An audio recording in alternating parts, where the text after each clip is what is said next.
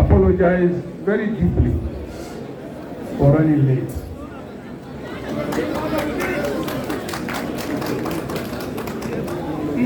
We were held up in Zaria on a courtesy call to the Emir. So I do apologize sincerely for this delay. Again, I want to apologize on behalf of Arewa House for the environment you have found yourself. Very hot, very humid. But we all should blame ourselves. We should have made this place cooler.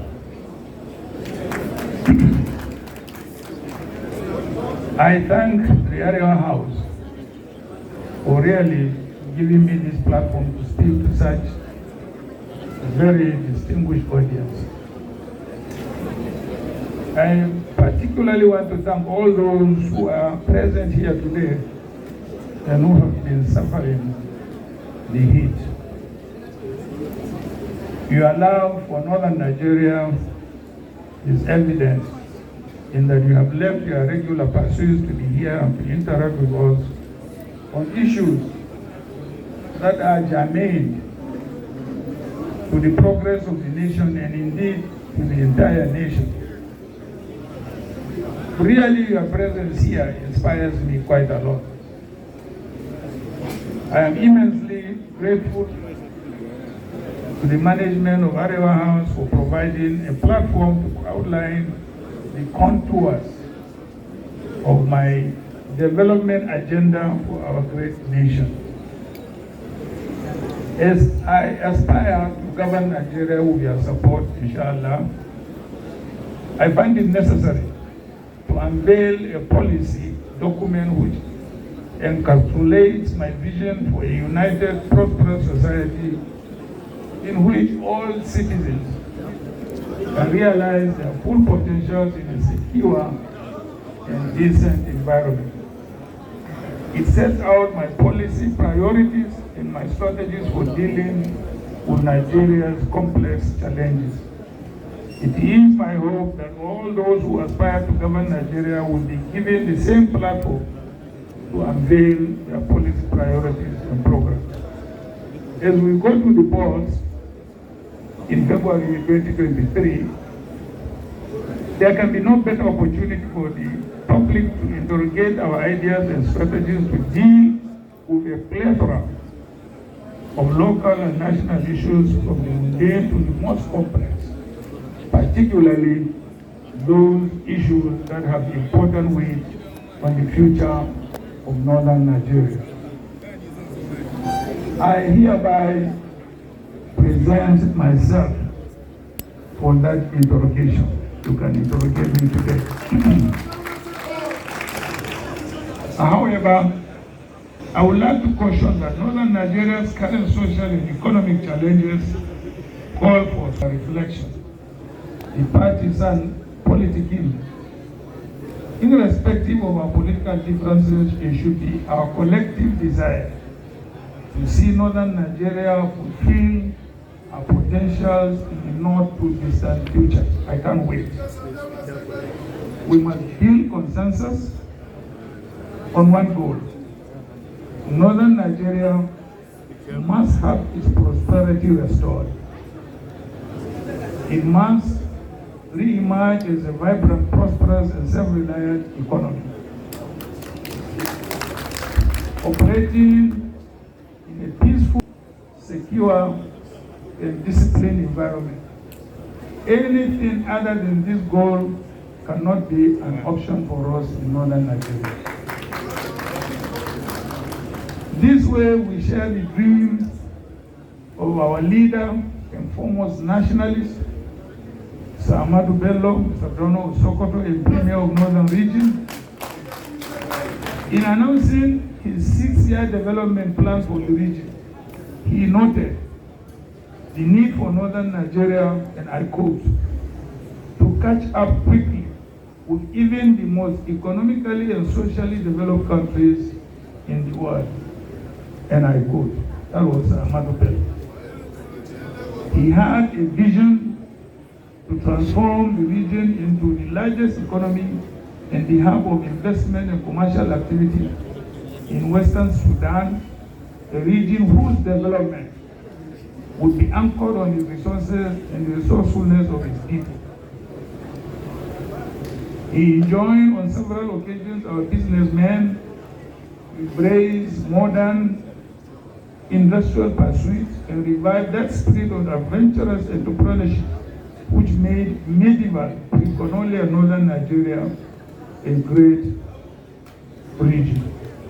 He envisioned a northern Nigeria that would attract investors, merchants, scholars from all corners of the globe. Northern Nigeria can realize beyond the dreams of its founding father. It requires strong commitment, initiatives, and discernible shift from the mistakes of the past to lift Northern Nigeria from the abyss to the top of a honey-coated mountain. It requires that we articulate and implement a transformation agenda with specific policies and programs to address the challenges of underdevelopment. Having come this far, so you may ask, so what is Atiku Abubakar's development agenda for Nigeria and Northern Nigeria in particular? My development agenda seeks the political and economic transformation of Nigeria into a united, secure, and prosperous country in which all citizens can live a happy, healthy, and productive life. Economic prosperity is an integral part of this agenda that has 5 elements. 1, to restore Nigeria's unity. 2, to strengthen national security. 3, to build a dynamic economy for prosperity. And improve education delivery, and then also devolve more powers to the states and the local government. Indeed, economic prosperity is the thread that runs through the other critical elements of the agenda. All of them, all the 5. What runs through them is economic prosperity. All 5 elements of our development agenda are closely linked and influence one another in a dynamic manner. The dream of building a prosperous economy will remain a mirage without unity, without peace and security. Can we achieve economic miracle without all this? No. Indeed, security is key to creating and sustaining an enabling environment for economic growth. Creating economic opportunities for Nigerians will represent significant implications for social cohesion, unity, and national security. Increased jobs and income opportunities will reduce the likelihood of our youth being involved in crime, violence, and conflict motivated by manipulating religious or ethnic differences. Finally, a sound education system is needed to provide the citizens with the appropriate skills and competencies to explore available economic opportunities so that they can prosper. So you may quite rightly ask me again, what will your 5-point development agenda do to support the North? As is often asked, what is it? Is it there for the North? My 5-point development agenda is a national agenda, but with local touch. It is drawn up after careful reflection on key historical and contemporary events, which have helped in defining where we are today. My agenda identifies where we are today and envisions where we want to be as a nation and outlines how we will get there. It's just not mere rhetoric. While the agenda is nationalist in outlook, It recognized the desire of the federating units to chart a course of their social and economic development by within a national framework.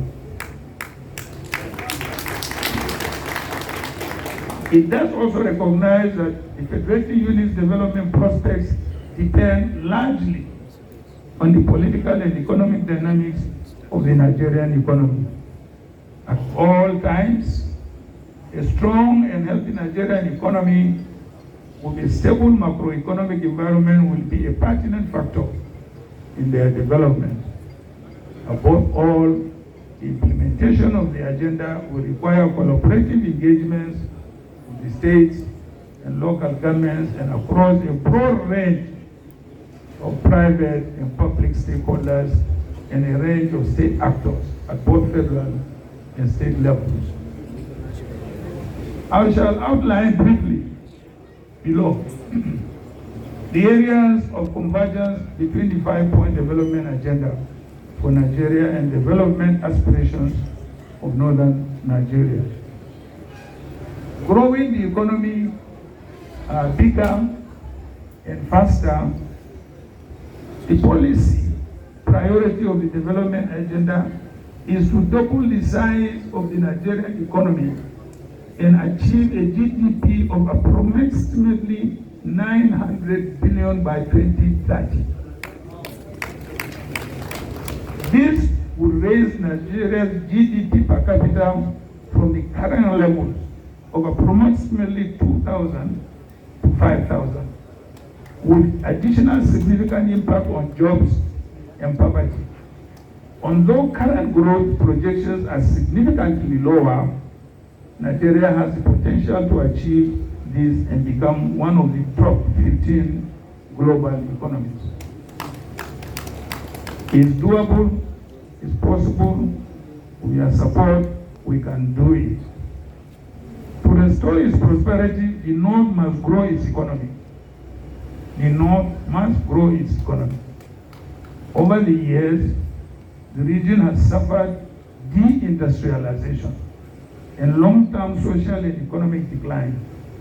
Several years of inadequate protection have robbed agriculture of its capacity to support a modern, fast-growing economy in northern Nigeria. The combined GDP of the 19 northern states comes up to about 108 billion USD only. On per capita basis, this is less than $1,000. On the other hand, Lagos State only, with a population of approximately 15 million people, that is 12.5% of northern Nigeria's population, has an estimated GDP of 46 billion USD. Not only is the northern economy small, but it's also structurally effective. The economy must grow for economic opportunities to abound. The next item that fits into this chain is the development of our infrastructure. The supply of efficient infrastructure, including roads and rail transportation, communication, and adequate power, is extremely important for the economy to grow and create jobs. To build the economy of our dream, we must increase the stock and improve the quality of our infrastructure. Inadequate infrastructure has been identified as the most problematic factor for doing business in Nigeria. Those of us who do business know we provide our electricity, we provide our water, we provide our roads, we provide everything. Government doesn't provide anything except taxing us. In terms of actual spending, Nigeria currently spends less than 1% of its annual GDP on infrastructure as against the required levels of between 3 to 5% of annual GDP. This shortfall has created a deficit estimated as $3 trillion over the next 30 years. The public sector does not have the resources or expertise to deliver, while our infrastructure financing requirement is approximately 100 billion per annum. Nigeria's annual budget is only approximately 30 billion. Big deficit. We shall and we have to incentivize with regulation and tax incentives a consortium of private sector institutions, both local and foreign, to establish an infrastructure debt fund. This is what I propose, in my covenant with Nigerians. Because I asked, where are we going to get the money? The government doesn't have the money. We must incentivize the private sector to come, give them tax relief, give them whatever relief they are looking for, ask them to invest, and make sure our rail works in the north, our roads work in the north, our electricity works in the north. And let them invest. Let them recoup their investment, even if it is, 20, 30 years. But we have all these infrastructures to develop our, part of the country. So this is the thread that is running. I have been told I have only 3 minutes left. Another thread that's running through this 5-point program is focusing on agriculture. The First Republic, it was the mainstay of our economy. Why should we abandon it? We abandon it simply because of the emergence of revenue from oil. Those of you who are of my own generation know that we were not educated by oil money. Absolutely not. Those of my own generation and those older than me, we were educated by revenue derived from agriculture and taxation.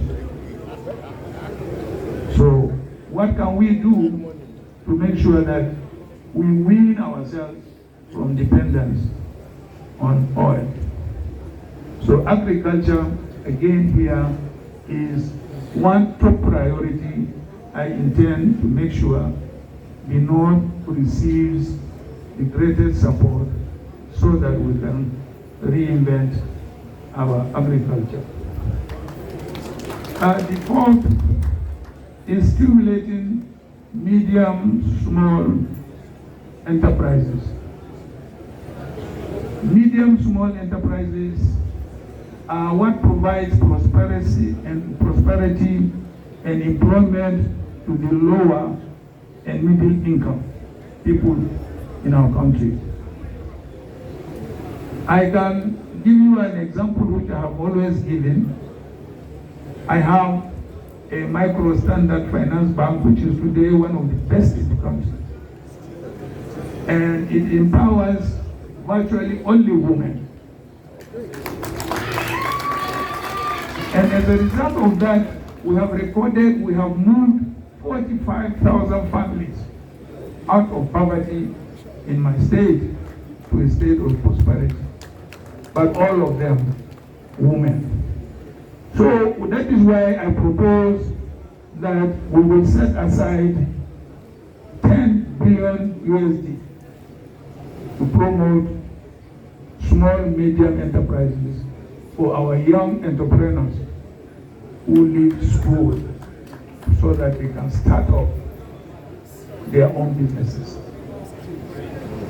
And there is one thing very, very important, and that is making sure that entrepreneurship is part of our curriculum.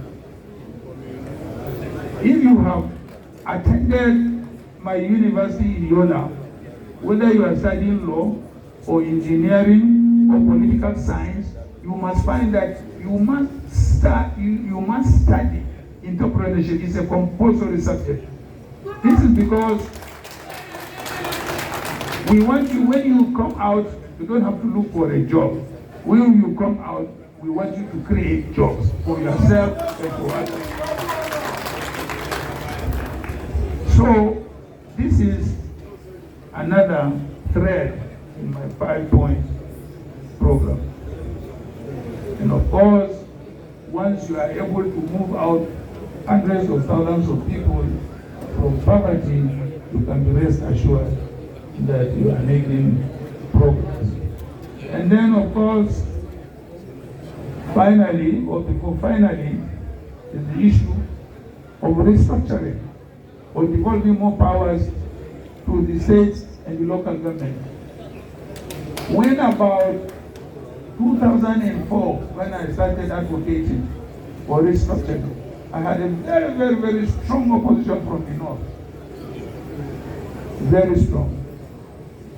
Today, the northern governors themselves and northern people themselves have bought into restructuring. What does it mean? It simply means giving our states more powers, responsibilities, and also more funding to execute their own individual programs in their respective states. Simple. It doesn't mean you are going to get less from what you are going to get or what you are getting, but it simply means that you have more responsibility as far as governance is concerned. And then, of course, the last but not the least is the repositioning of our educational system. In the old northern Nigeria, there was no dropout. There was no dropout. Those of you who are as old as myself or older than me can testify. No dropout. You see, the first set, you go to government college, either Zaria or Kefi, or then secondary technical, this Kaduna Polytechnic. The second, you go to provincial secondary school. The third, you go to the craft school. In the craft school, that is what has become polytechnic. You learn your city and guild. The fourth, you go to the farm centers. In the farm centers, you are trained either in animal husbandry or some form of trade. So that by the time you leave the center, you are given a capital. So Ahmadu Bello used to approve, capital for them. So at the end of the day, no dropout.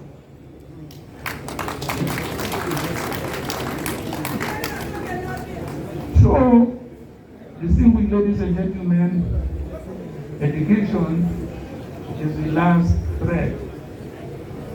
And I am passionate about it. That's why I have an educational, what I call from cradle to grave.